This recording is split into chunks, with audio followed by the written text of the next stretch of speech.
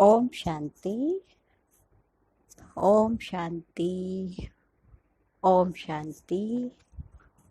आज मीठे बाबा के 10 मई 2020 के अव्यक्त महावाक्य हैं। रिवाइज मुरली है 8 जनवरी 86 की।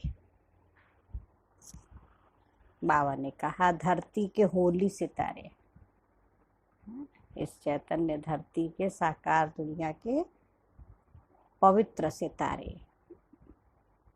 आज ज्ञान सूर्य बाप अपने अनेक प्रकार के विशेषताओं से संपन्न विशेष सितारों को देख रहे हैं। हम बच्चे बाबा के धरती के चैतन्य सितारे, हर एक सितारे की विशेषता विश्व को परिवर्तन करने की रोशनी देने वाला है। आजकल सितारों की खोज विश्व में विशेष करते हैं, क्योंकि सितारों का प्रभाव पृथ्वी पर पड़ता है। कहेंगे इनका सितारा बहुत चमक रहा है, भाग्य का सितारा, किस्मत का सितारा, तो वो सितारे और ये धरती के सितारे। तो आजकल सितारों की खोज विशेष चल रही है। साइंस वाले भी आकाश के सितारों की खोज करते हैं और बाप दादा भी अपने होली स्टार्स की विशेषताओं को देख रहे हैं।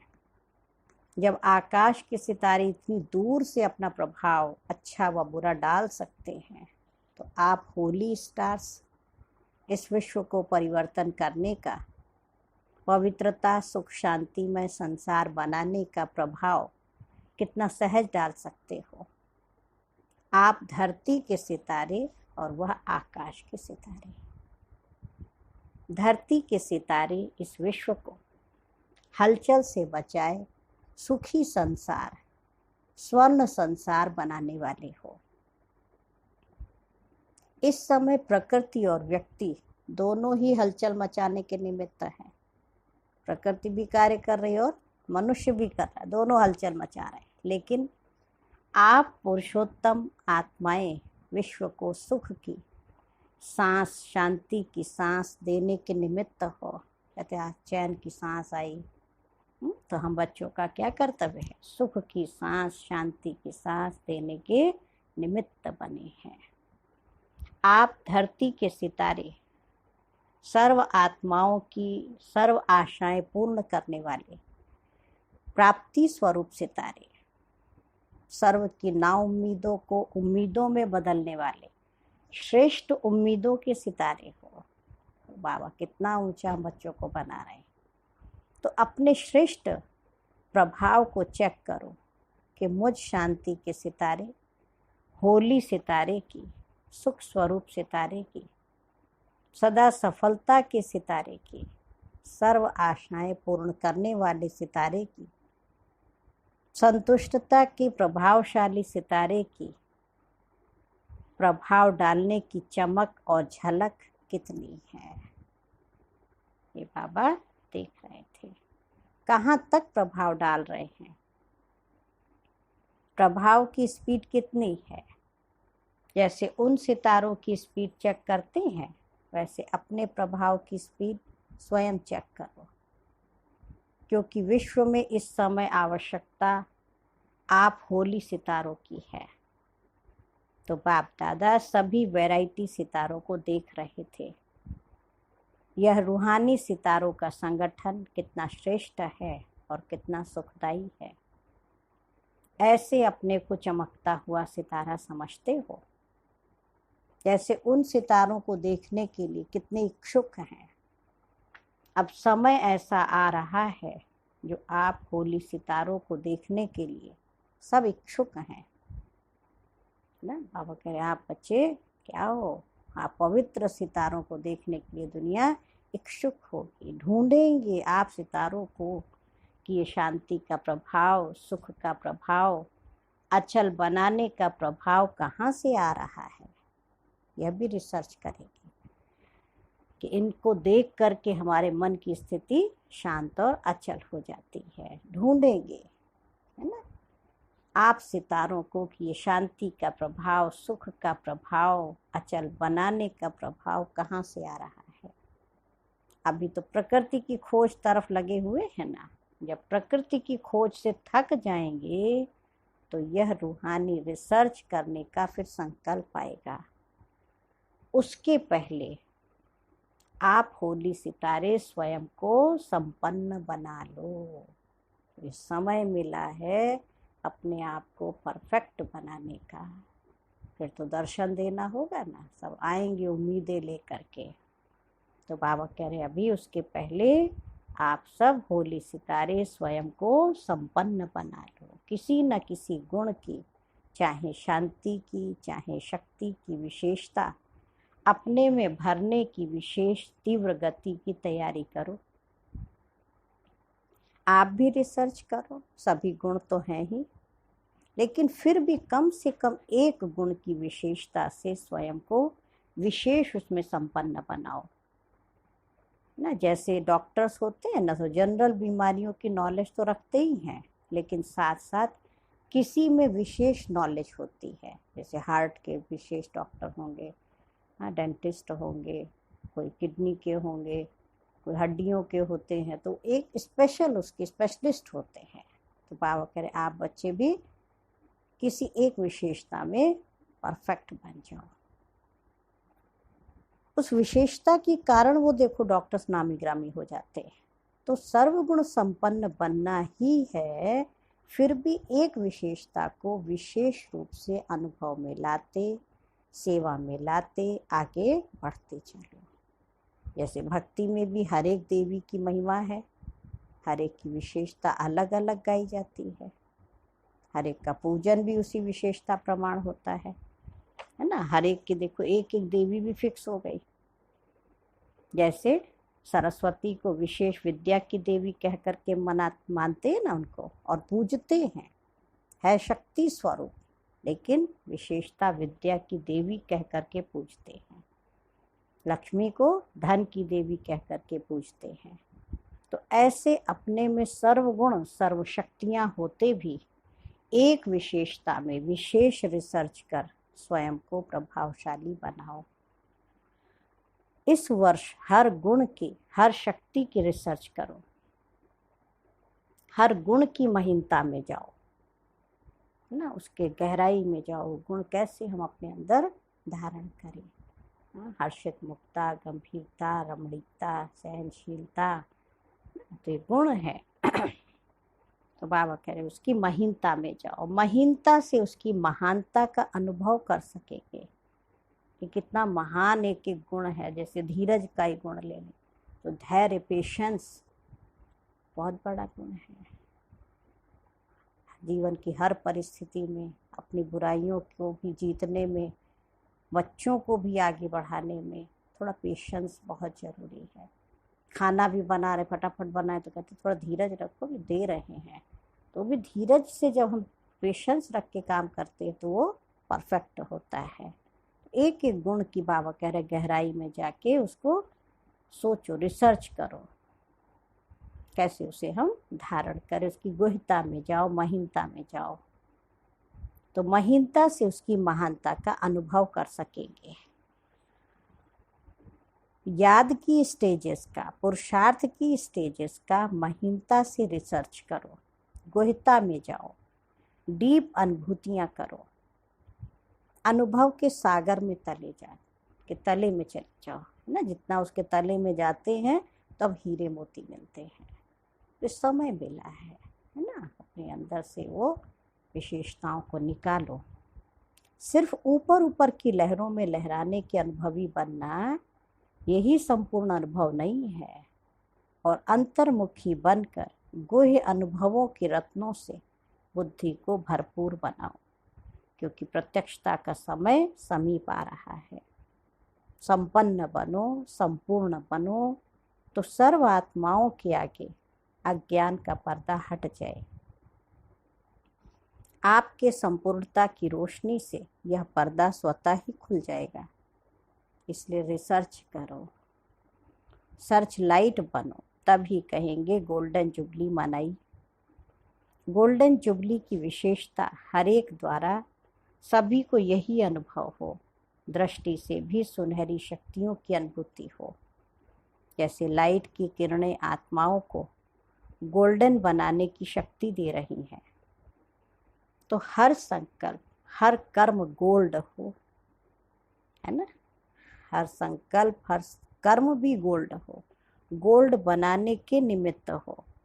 तो ये गोल्डन जुबली का वर्ष अपने को पारसनाथ के बच्चे, मास्टर पारसनाथ समझो।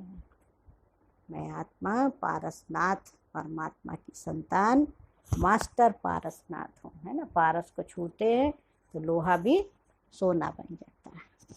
तो कैसे भी लोहे समान आत्मा हो, लेकिन पारस के संग से लोहा भी पारस बन जाए। ये लोहा है ये नहीं सोचना, मैं पारस हूँ ये समझना, है ना। तो मेरे संग से, बाबा की याद से वो आत्मा भी श्रेष्ठ बन जाए। पारस का काम ही है लोहे को भी पारस बनाना। ये नहीं कहना तो है ही लोहा जैसा। यही लक्ष्य और यही लक्षण सदा स्मृति में रखना, तब होली सितारों का प्रभाव विश्व की नजरों में आएगा। अभी तो बेचारे घबरा रहे हैं, फलाना सितारा आ रहा है, फिर खुश होंगे कि होली सितारे आ रहे हैं, है ना। कहते अभी तो सितारा इनका गर्दिश में है, या सितारा डूब रहा है, भाग्य का सितारा ऐसा है, तो उसमें घबराते हैं दुनिया वाले।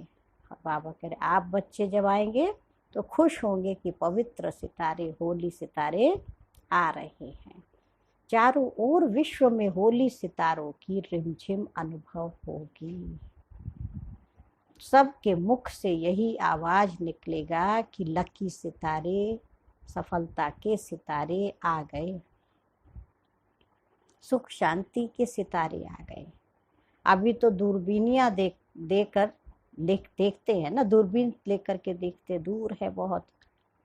फिर तीसरे नेत्र, दिव्य नेत्र से देखेंगे। लेकिन यह वर्ष तैयारी का है।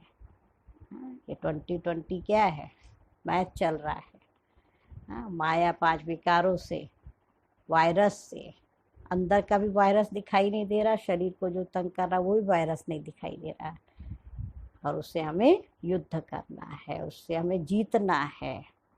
तो बाबा कह रहे ये वर्ष है ही तैयारी का, अच्छी तरह से तैयारी करना। अच्छा प्रोग्राम में क्या करेंगे, बाप दादा ने भी वतन में दृश्य मर्ज किया।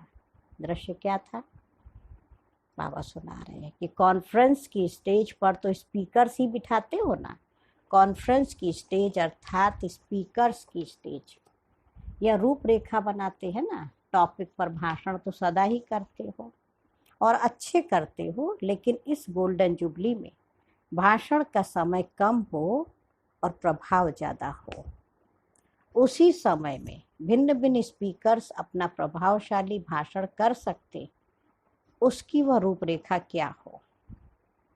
एक दिन विशेष आधा घंटे के लिए ये प्रोग्राम रखो, और जैसे बाहर वाले या विशेष भाषण वाले भाषण करते हैं ना, तो वो भल चले, लेकिन आधा घंटा के लिए एक दिन स्टेज के भी आगे भिन्न भिन्न आयु वाले, अर्थात एक छोटा सा बच्चा, एक कुमारी, एक पवित्र युगल हो, एक प्रवृत्ति में रहने वाले युगल हो, एक बुजुर्ग हो, वो भिन्न भिन्न चंद्रमा की तरह स्टेज पर बैठे हुए हों। इसलिए चंद्रमा, अर्ध चंद्रमा हो।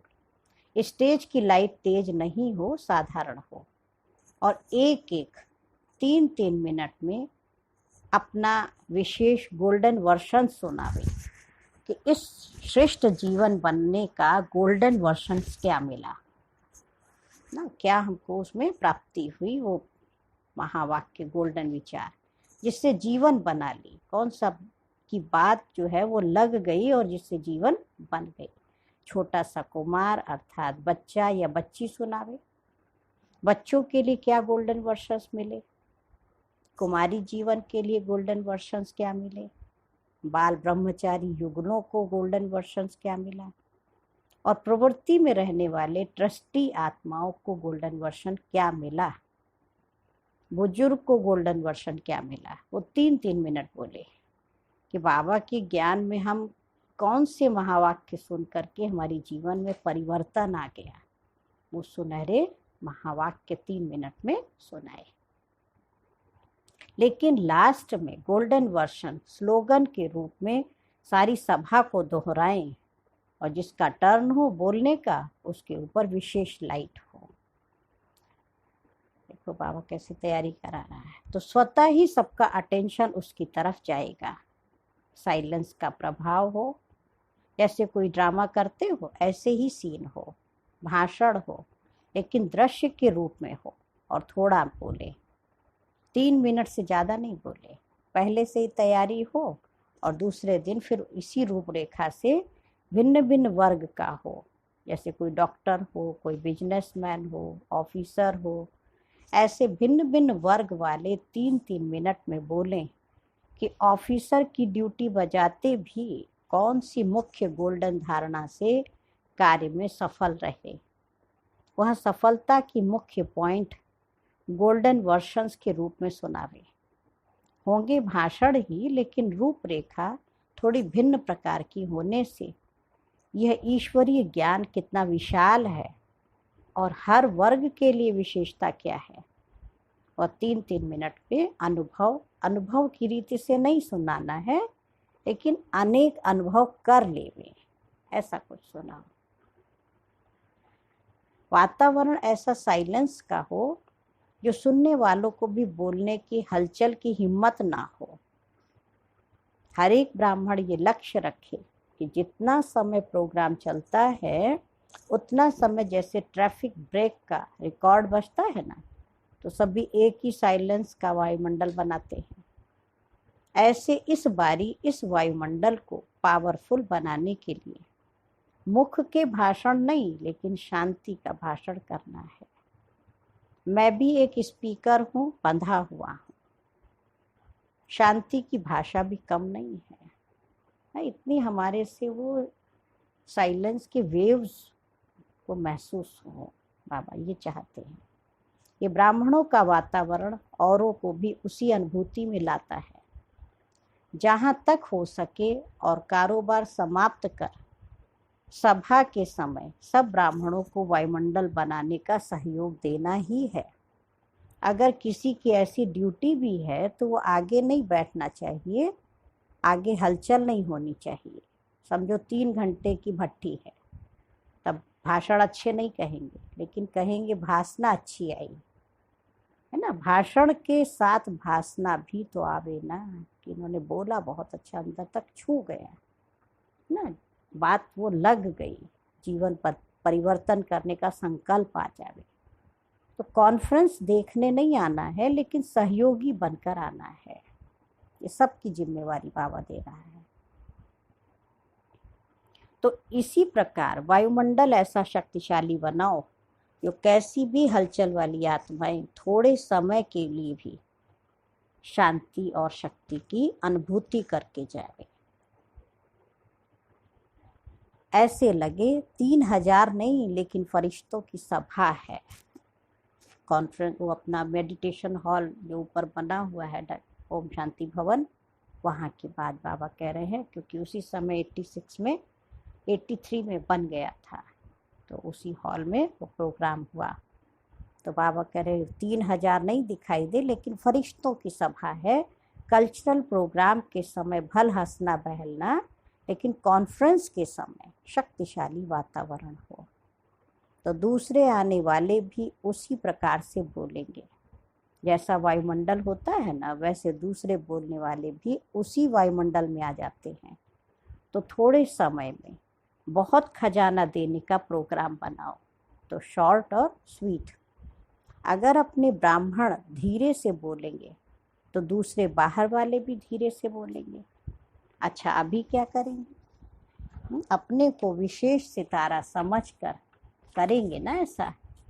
तो यह गोल्डन जुबली का वर्ष विशेष अपने को संपन्न और संपूर्ण बनाने का वर्ष मनाओ। ना हलचल में आओ और ना हलचल में लाओ। खुद भी नहीं आओ, दूसरों को भी नहीं लाओ। हलचल मचाने वाली तो प्रकृति ही बहुत है। वो अपना कार्य खुद ही कर रही है। ये प्रकृति अपना काम कर रही है, आप अपना काम करो, है ना। वो प्रकृति अपना काम कर रही, बाबा कह रहे आप बच्चे अपना काम करो।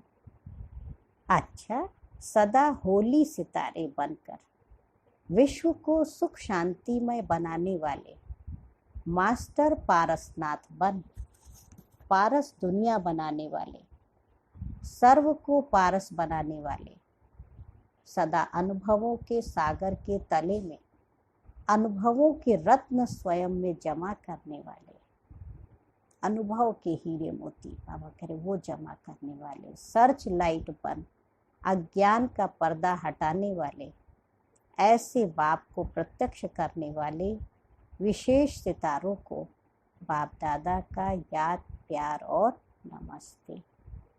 हम रूहानी बच्चों की माता पिता बाप दादा को याद प्यार नमस्ते और गुड मॉर्निंग।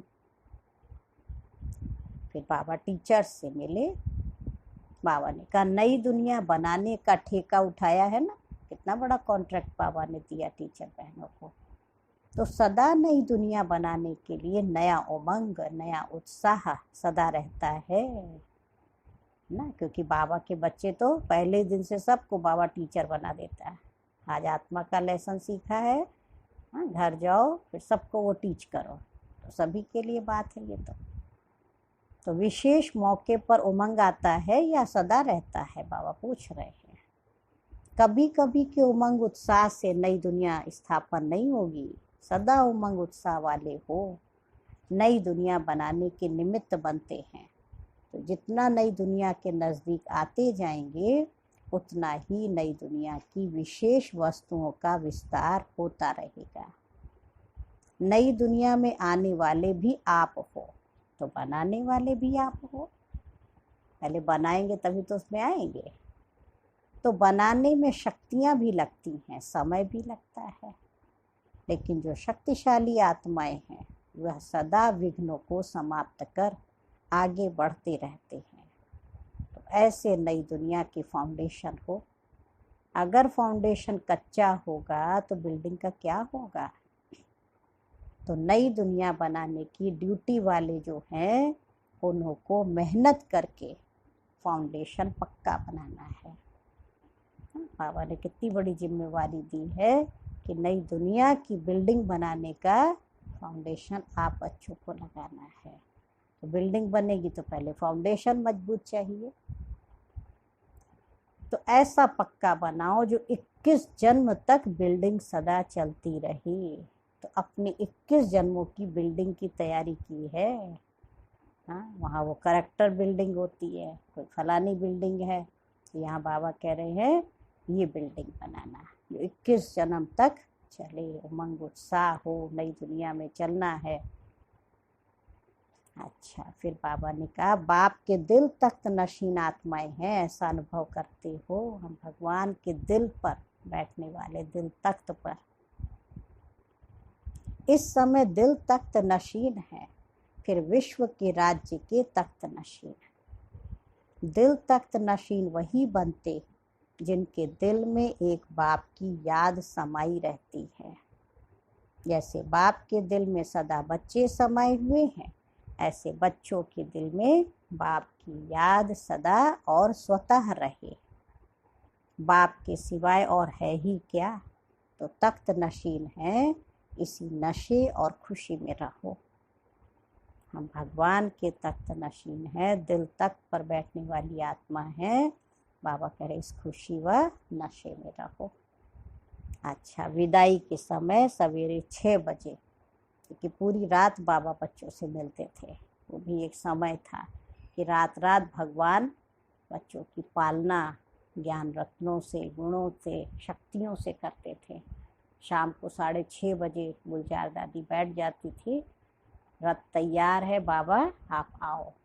तो पूरी रात बाबा बच्चों से पर्सनल मुलाकात भी होती थी। एक एक बच्चे को बाबा फिर वरदान देते थे, है ना, टोली देते थे, दृष्टि देते थे। वो भी पालना का समय था। तो सुबह 6 बजे गुरुवार का भोग था।